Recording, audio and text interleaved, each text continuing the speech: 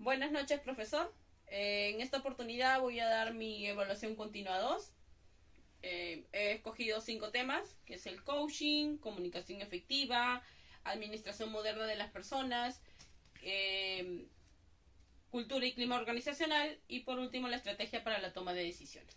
Iniciemos con el coaching. El coaching consiste en liberar el potencial de una persona para así incrementar al máximo su desempeño. En este caso debemos de enseñarle a aprender. El coaching nos ayuda a pasar del plano ideal al plano real a través de las acciones, de las preguntas concretas, de las preguntas poderosas.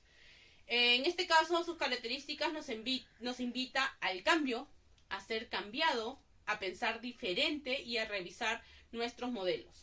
El coaching es un proceso en el que uno debe de asistir en otros en el logro de sus metas, desarrollar el potencial de las personas, del equipo y la empresa. En el coaching tenemos 3 protagonistas, que tenemos el coach, que significa el entrenador, que es la persona que va a aplicar al coaching, el que va a liberar tu potencial, es la persona que se compromete a llegar a tus objetivos. Tenemos el segundo, que es el coach, que es la persona a quien se le está aplicando el coaching, es decir, viene a ser el alumno.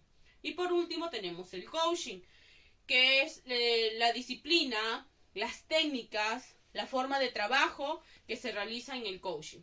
En conclusión, el coaching no te enseña porque tú ya lo sabes.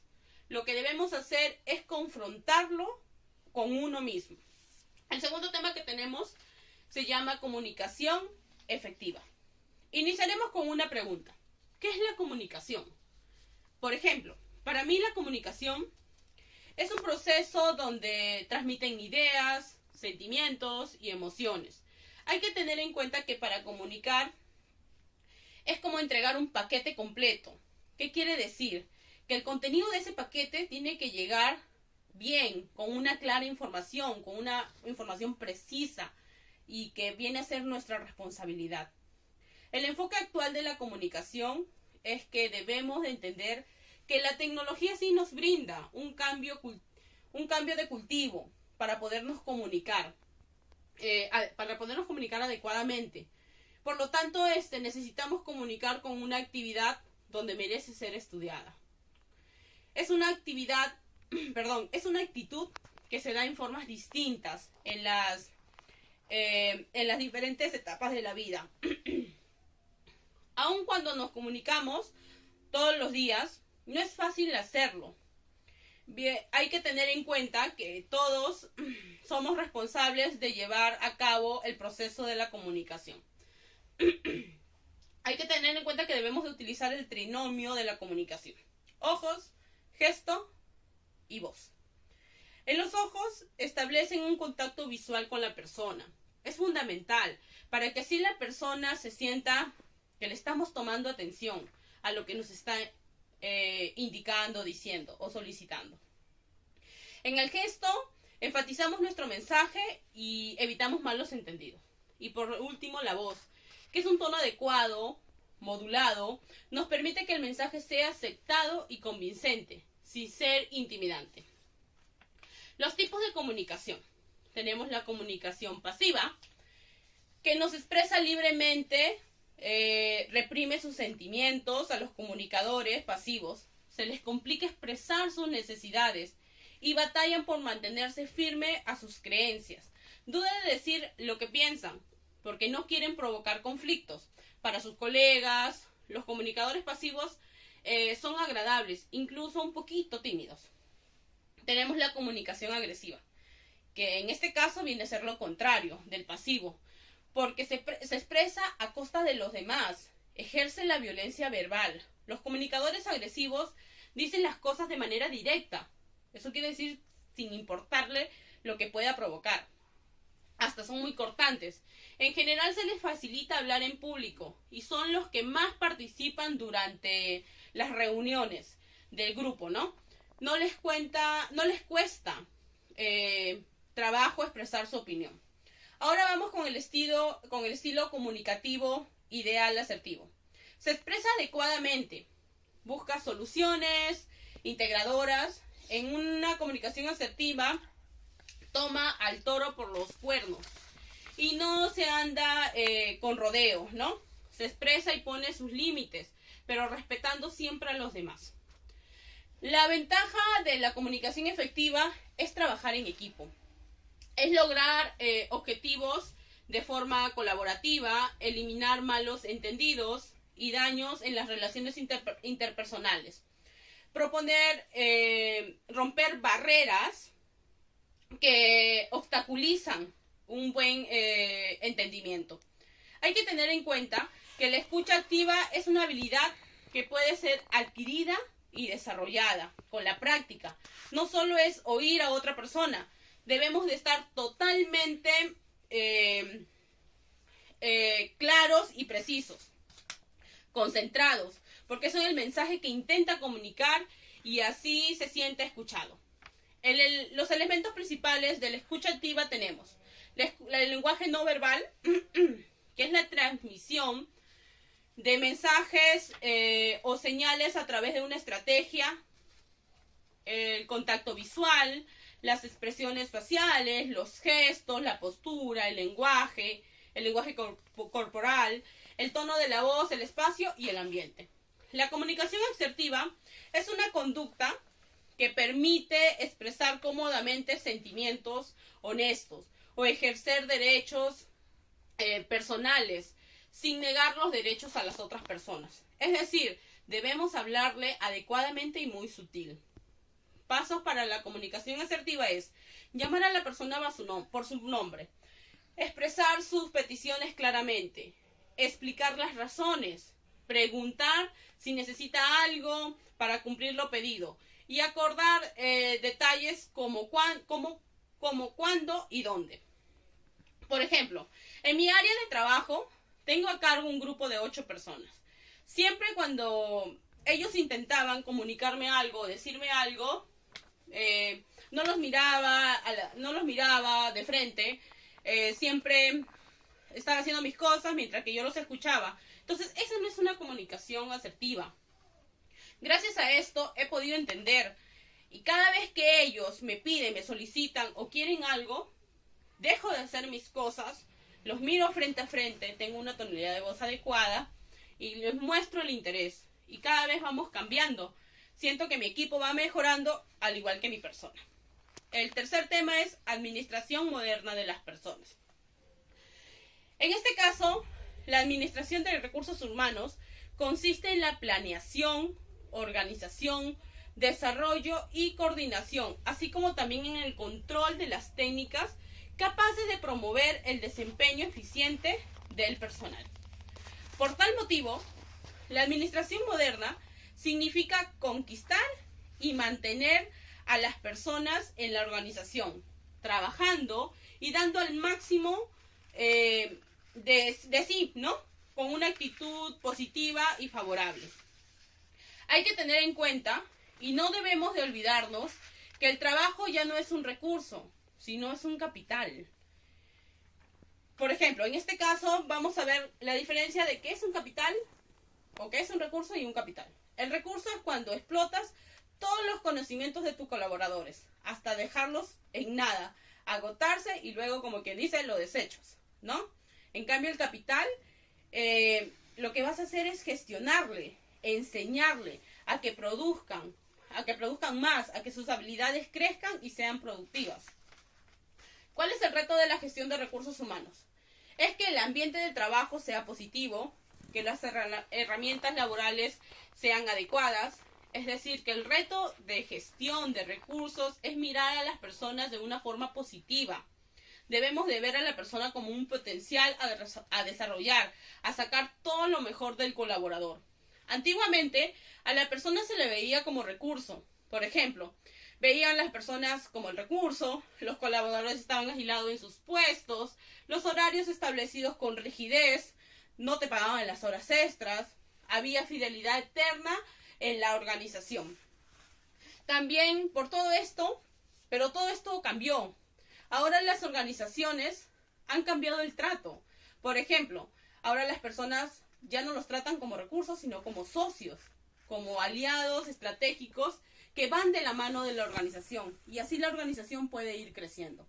Las personas ahora participan, se comprometen con la vinculación de la misión y visión. Ahora son llamados hasta clientes internos, socios estratégicos. Siempre tenemos que recordar que todos tenemos una capacidad limitada de desarrollo y siempre tenemos que visualizarlo así, para así poder tratar de desarrollar máximo su potencial. Para tener una buena gestión de talento humano, debemos de trabajar en dos formas. Como recurso, como capital dentro de la organización, debemos tener que desarrollar las habilidades, destrezas, conocimientos, capacidades. Tenemos que desarrollarlo como trabajador. Para eso debemos realizar capacitaciones, tenemos que generar diferentes actividades presenciales que se puedan utilizar, como el team working, el team building y todo lo que tiene que ser siempre, pero todo tiene que ser siempre de la misma área. Como persona, ahora se preocupa por la personalidad, por sus valores, sus motivaciones, objetivos y colaboración, que se sientan parte de la organización. Aspectos que permiten afectar en el trabajo. Primero, la presión del supervisor hace que el colaborador baje su rendimiento, no se sienta cómodo en la organización. Los segundos son condiciones ambientales que les va a afectar. Por ejemplo, si tienes una oficina angosta, estás con todos tus colaboradores, se están sofocando de calor y esa oficina no tiene aire acondicionado. De hecho, ¿qué quiere decir? Una oficina angosta, sin aire acondicionado, están sofocados y esto quiere decir que los colaboradores les va a afectar, no van a rendir como uno debería. Entonces tenemos también el factor económico. Claro que no afecta, sino que los colaboradores se van a sentir insatisfechos, o si no les reconoce sus horas extras, va a influir mucho en su reconocimiento laboral, el cambio de la tecnología y entre otros. En conclusión, debemos tener en cuenta que para una gestión de un talento humano debemos utilizar las dos formas, como recurso y como persona, ¿ok? Y siempre mantenerlos ahí activos y dándolo todo de sí y siempre pensando en el colaborador, dándole todos sus beneficios, reconocimientos, ¿no? Bonos extras para que se sientan satisfechos. Seguimos con el siguiente tema, que es la cultura y clima organizacional. En este caso, la cultura organizacional es el conjunto de valores, creencias, hábitos y experiencias importantes. Es decir, es la personalidad de la organización, como por ejemplo, una persona puede ser más seria, otra persona puede ser más alegre, digamos, ¿no? Hay organizaciones en las cuales tu opinión importa, sin embargo en otras no, pues no, pero no le importan las opiniones de los jefes. Es decir, la cultura es lo tradicional, es la empresa que es lo que va dejando los empleados en el transcurso de los años. Por ejemplo, en Viña Atacama solicitaban personal para el área de reclutamiento, pero el personal que ingresaba no duraba ni un mes. Esto quiere decir que los colaboradores no se adaptaron a esta cultura de esa organización. Tampoco se informaron, ¿no? Cómo era esa cultura, si estaban aptos para ellos. Por eso terminaron renunciando y así fueron consecutivamente aproximadamente 4 personas, en las cuales no veían cómo era esa cultura organizacional. Tenemos también el modelo de la cultura organizacional y debemos saber lo siguiente: saber quiénes son sus clientes internos y externos. Debemos saber sus expectativas, tributos en relación a sus productos, servicios, establecer metas competitivas de mejora de sus productos y servicios, mejorar sus procesos para obtener las mejoras, involucrar a sus colaboradores, alinear a sus proveedores.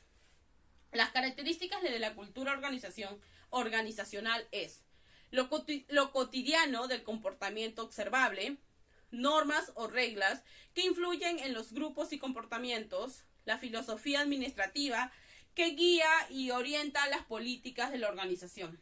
Es decir, todo colaborador, si desea pertenecer en una organización, debe de saber que forma parte de ella, parte de la cultura organizacional, y así evitar una disconformidad en su área laboral y dejar de sentirse insatisfecho en el trabajo. El clima organizacional es el reflejo de la cultura organizacional. Puedes encontrar un clima cálido como un clima frío. Todo depende de su cultura organizacional. Ahora tenemos el clima organizacional que interviene en ciertos factores. El clima es la respuesta emocional a lo que está pasando en el momento. Este cambio puede ser cambio de líderes, eventos específicos, competencias, entre otros. ¿Cómo podemos manejar el clima laboral?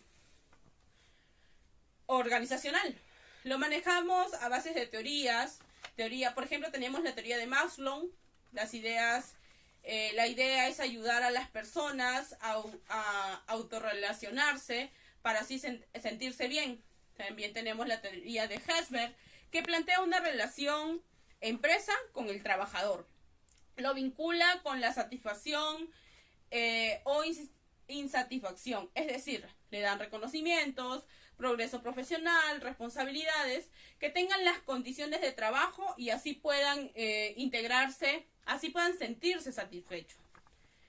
Y por el último tenemos mi último tema, que es la estrategia para la toma de decisiones. Iniciamos con una reflexión.